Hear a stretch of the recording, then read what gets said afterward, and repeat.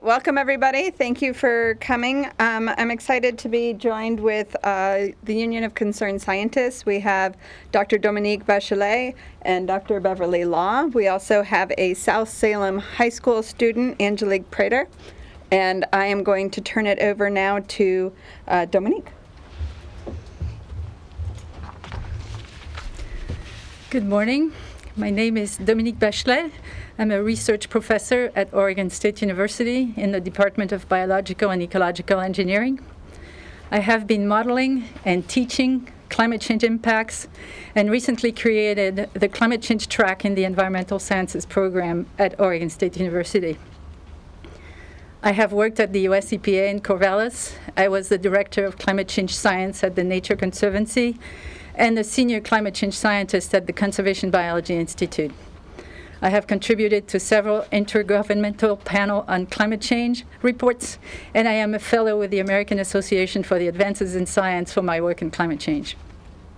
I am here to speak about the global climate emergency and the letter that was signed by more than 11,000 scientists from around the world, including 78 scientists from Oregon State University. The lead authors of this letter are Dr. Bill Ripple and Dr. Chris Wolf, my colleagues at Oregon State University. The letter was published in the journal Bioscience on November 5th, 2019. It provides strong documentation demonstrating the severe climate impacts being experienced around the world, reinforcing the fact that we are faced with a climate emergency. Importantly, the letter also provides a strong call to action and clearly outlines key policies and steps we can take to address the crisis. I have spent 2/3 of my research career running a vegetation model showing the impacts of climate change on forest, grasslands, and other ecosystems, publishing extensively about it and spending the other 1/3 of my career trying to communicate those results to the people who could do something about it. I signed the letter because I'm very worried if we continue to emit greenhouse gases at our current rate, the challenges we will face will be dire. My work has shown significant stress to Oregon's forests as hotter, drier conditions allow pests and diseases to spread, as well as lengthen the fire season. Extreme climate events are becoming more frequent, with heat waves and floods, endangering communities around our state. Oregon's iconic Douglas fir trees are in danger from pest outbreaks, drought, and fire, which threaten the communities that depend on timber production, clean water, and tourism. But research alone has not resulted in the actions we need. 2 years ago, I went back to the university hoping that by teaching the next generation, there would be a chance for some meaningful action at last. I fully support the younger generations taking to the streets since all of our work and efforts seem to have been for very little in this country at least. The emergency was 30 years ago, when we could have prepared for the challenges of today, taken careful note of all the thresholds that were going to be exceeded, as well as taken advantage of the opportunities, some of which have now passed. We are living in a period of transition to new conditions that will be challenging for society.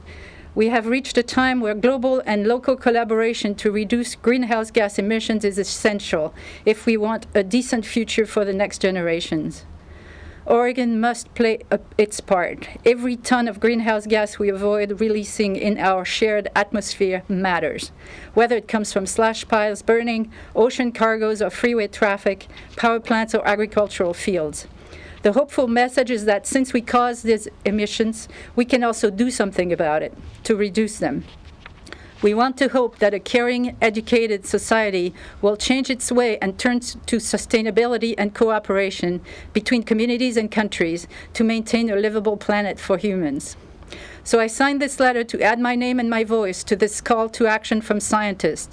I came today to share my perspective as a scientist, to urge lawmakers to listen to the science and, more importantly, to act on the science.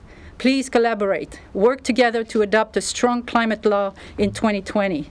Oregon must do its part together with other states and countries.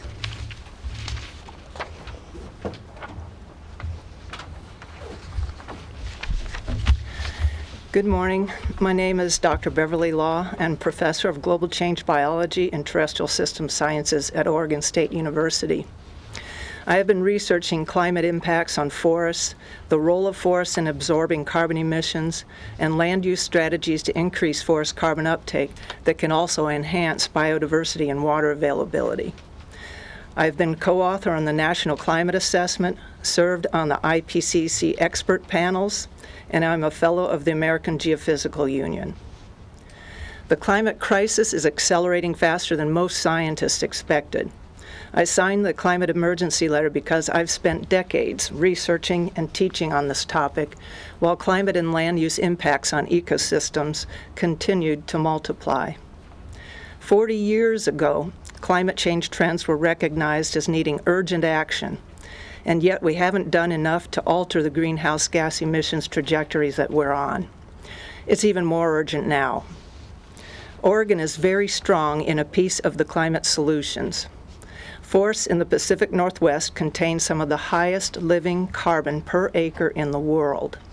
They are valuable for keeping carbon dioxide out of the atmosphere and for protecting watersheds and biodiversity. The well-being of people, forests, and wildlife are all interconnected. Oregonians depend heavily on forests for water supplies, such as the Bull Run watershed that serves Portland. We also depend on them for recreation, food, and fiber. And when forests burn, they affect us too, as Oregonians experienced recently when smoke from fires across the region inundated communities. More forests need to be protected to curb climate change and to protect biological diversity and water supplies that we all depend on. As noted in the scientist's letter, we need to curtail habitat and biodiversity loss, protect primary and intact forests and forests with high carbon storage potential, while increasing reforestation and afforestation where it's appropriate. And we need to reduce fossil fuel emissions. And that's why Oregon needs to step up on climate action. We don't have time to waste.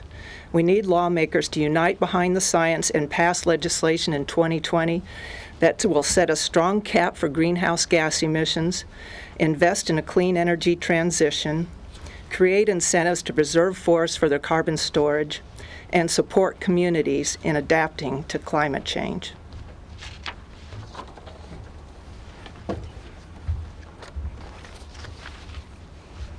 Hello, my name is Angelique Prater, and I'm a student from South Salem High School. I'm a leader in the youth movement, which brought hundreds of people to the streets of Salem and tens of thousands of people across the state for the inspiring climate strike in September. Oregon's young people are engaged, they're organized, and in 2020, thousands more of us will be able to vote. Our demands are very simple. It's time for adults to take responsibility, listen to the scientists, and take significant action to stop the climate pollution that puts our futures at risk. We need Oregon's leadership to pass climate change legislation and hold the largest corporate polluters accountable for what they're putting into our air. When they pollute for free, those least responsible for the problem suffer the highest cost. My parents are immigrants from Mexico, and they work the very laborious jobs that America has handed them. They work on the hottest, the coldest, the sunniest, and the rainiest days. And if anyone understands the impacts of climate change, it is definitely my parents. The impacts of climate change leave them with skin that is overexposed to the sun, hands that are overexposed to the cold, and feet that are overexposed to the ground that continues to be less fertile for farming.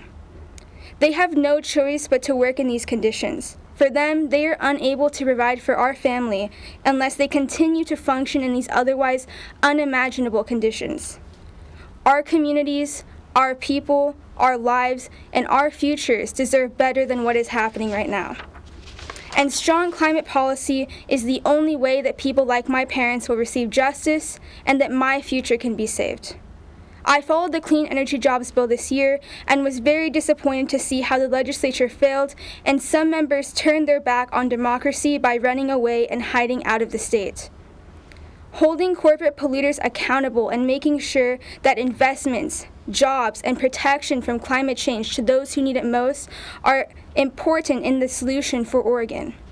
They must pass this bill in 2020. Scientists warn us that we have less than 11 years to take action to reduce the catastrophic effects of climate change. Our state must take responsibility for its share of solving the crisis. We must quickly transition to clean energy. I know young people will be leaders in this fight, and we will win. And to those in power, the science has been clear for a long time. You and those before you have failed for 30 years, that's nearly twice my lifetime, to take the bold action that you need to take. We demand today's politicians understand one thing. There is no next time, there is no next person, and there is no next generation to solve this for you.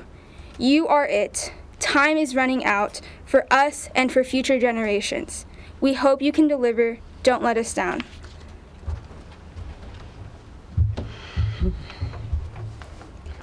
Whew, that's a hard one to go after. Good afternoon, everybody. My name is Tara Hurst, and I'm the Executive Director of Renew Oregon. We're a statewide coalition of businesses and workers, healthcare, and parents, farmers and ranchers, community groups, and thousands of individual Oregonians working to move the clean energy economy forward and protect our state from the climate crisis. And before I get into the politics and policies to help Oregon take responsibility for our share of this crisis, I want to acknowledge both the professors and Angelique and what they've just said. As we all discuss this issue and as you decide how to cover it and who listen to and who to quote, remember that science is the truth and that we have to reckon with it. And this generation of kids, of my kid, of all of these kids, of your kids, our nieces and nephews, the kids down the block, and our grandkids, they will live long enough to see what the worst case scenario is. And it's happening seriously and it's happening quickly. Opponents of climate action who deny the science and don't offer solutions at the scale we need to solve this crisis are working against the survival of our kids. That's the reality. And no is not a solution. For more than a decade, Oregonians have worked toward a comprehensive program to reduce climate pollution in line with the science and to protect our health. We came within hours of passing such a climate protection law this year. Next year, in 2020, this state will not come up short again. Something big will happen in Oregon to protect the climate in 2020, one way or another. That is our commitment to the generation behind me. As you all know, our legislative process collapsed this year. Our democracy broke. Some members ran and hid out of state to stop a vote on this important law. We're not taking any chances this year, and Renew Oregon is working with Oregonians for Clean Air to bring forward several ballot measures. If legislators fail to Oregonians again and walk away from here without adopting bold climate change laws, we will take it to the ballot and we will win. The Renew Oregon Coalition prefers finishing the unfinished business in the legislature and passing the Clean Energy Jobs Bill this session. It is the only option on the table that will invest hundreds of millions of dollars a year into communities across our state, which are critical to our economy and our climate future. Our elected leaders have all committed to it as a #1 priority for next year, and we want to make clear that any bill that comes forward must achieve certain outcomes. Oregon must meet its targets for reducing climate pollution and to make sure our state is doing its fair share. It must hold large corporate polluters accountable across the economy because they are responsible for the vast majority of pollution. Our program must be able to link to a regional market and to the North American carbon market. We need to have partners in making the biggest impact possible on pollution and to speed up the transition to a clean economy. A program must invest in communities statewide with guaranteed investments for people hit hardest by pollution and the climate crisis, rural, low-income tribes and communities of color. There must be strong oversight of the program with a wide variety of stakeholders reflecting the decisions made. If large corporate polluters and their allies don't like the Clean Energy Jobs Bill, they're going to hate our ballot measures because they contain even more clean air protections. Oregonians love the ballot measures. Polling shows more than 2 out of 3 likely 2020 voters support all of the measures. I won't spend a lot of time on the details of the measures. Most of you have reported on them. If there's questions about those, I'm happy to answer them at the end. Lastly, there's exciting new information for us to share today about what current Oregon law allows Governor Kate Brown to hold large polluters accountable. You'll remember that Governor Brown committed to Oregonians the day after the chaotic legislative session that she would not back down on climate action and is prepared to use all the tools in her toolbox to reduce pollution. Our own legal research shows that there's quite a lot that can be done under our current law. Today we're calling on Governor Brown to commit to the 2 biggest executive actions she can take to combat the climate crisis and help Oregon shift to a clean energy economy. Number 1, she can update and enforce the climate pollution reduction targets already on the books in Oregon. She can make the targets match what science says we must and make them mandatory.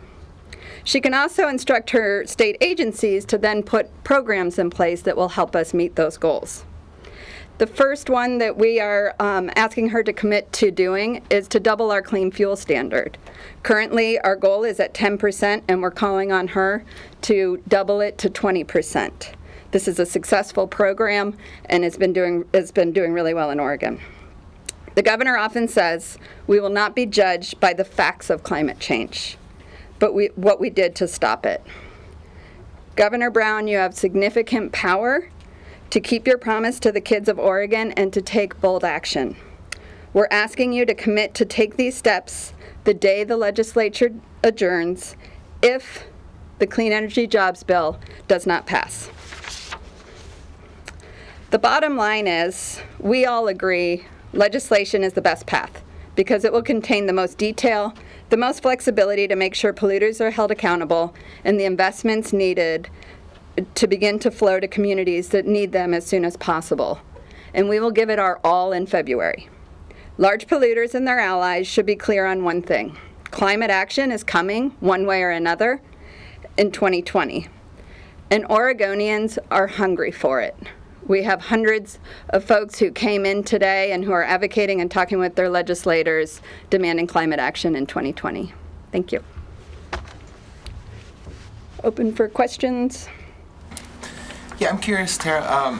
You're talking about holding corporate polluters responsible. What does that mean, though? Like, I understand that there's an idea out there that would make it so they don't have to pay for any allowances if they're meeting certain benchmarks, so it would be essentially held cost-free. I mean, there are a number of ideas, and it seems likely that whatever comes out next session is going to be potentially weaker. So what's the definition there of them being held accountable? Does it mean a cost to them? Does it mean, I don't know. Well, so I mean, it's the same as the outcomes that we have said. We need to make sure that we're on a trajectory down to meet our emissions goals. So since they make up most of the pollution in the state, they're going to have to be held accountable to reduce their emissions. Whether they're paying for their permits or not, they still need to reach the goals. We need to make sure that it's stringent enough that we can join the regional market. So that's joining in the North American carbon market. There's stringency there, and they need to ensure that there's no companies that are exempt and that it's an economy-wide. So that's another thing that we're watching and that we're really interested in, and it has to do. And then also the investments need to go into our most impacted communities. So majority of those investments need to go into the most impacted communities, which means that there needs to be investments, which means that our corporate polluters need to be held accountable by paying a price on the carbon that they put out. Okay.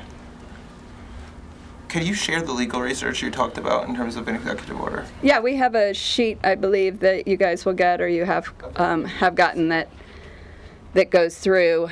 And the actions that we're taking put us in line, pretty much helps us catch up with our neighbors. We're not talking about even going out in the forefront right now. It's about catching up. The executive orders you talked about have similarities to the ballot measures. You're calling on an executive order before the ballot measures would even be up for a vote. Do you prefer an executive order over a ballot measure? I mean, obviously you avoid a campaign, but...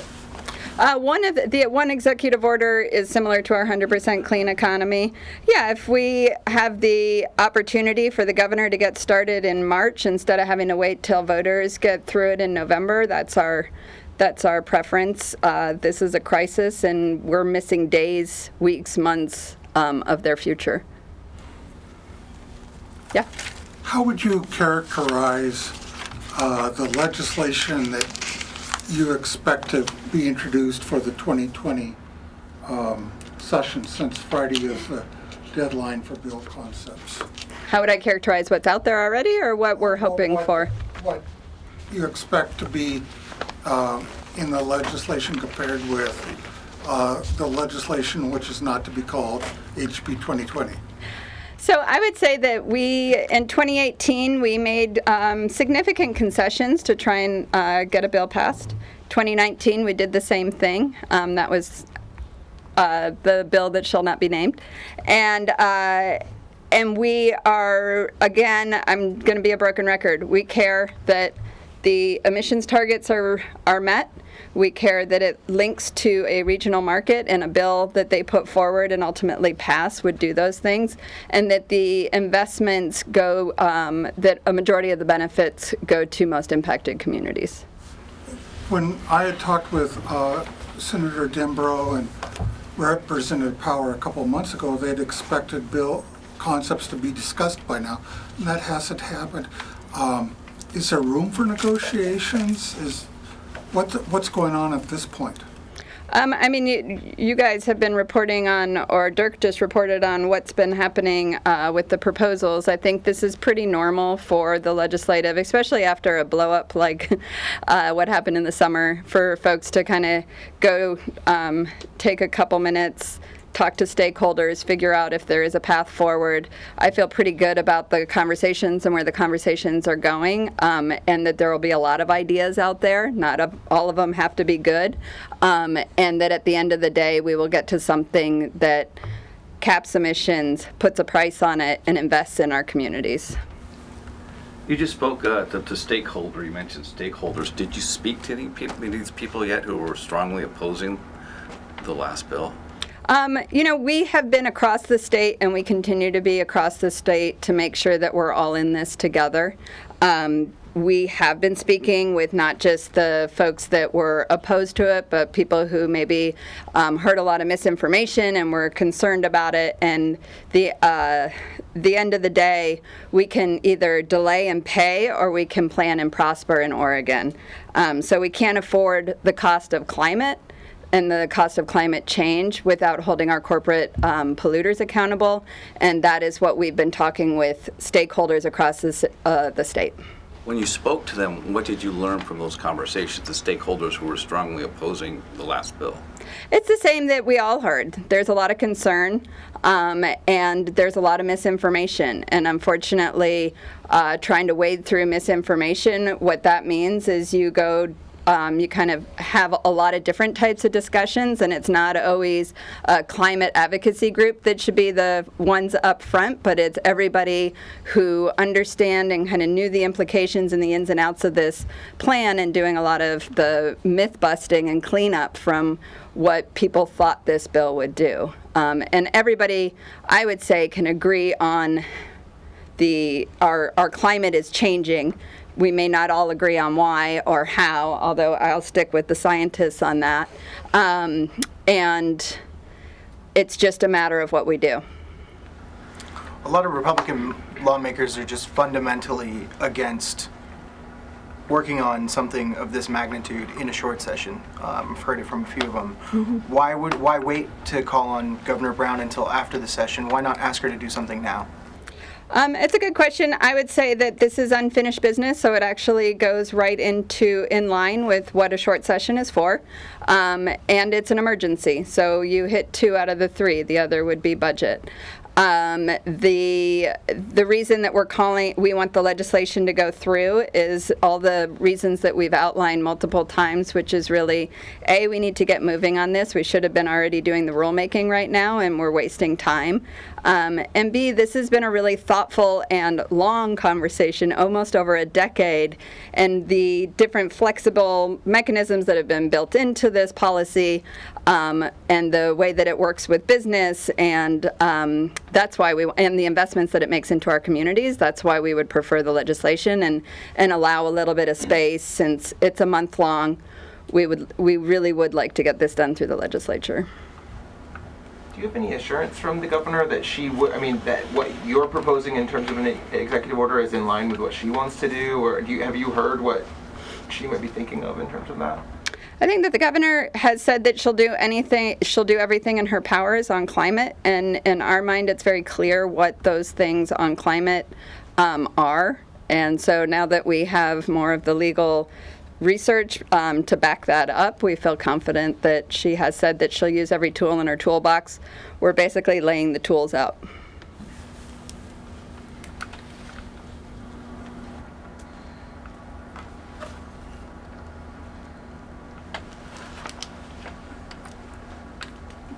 You're good. You done? All right. Thanks, everybody. Thanks. Thank you very much.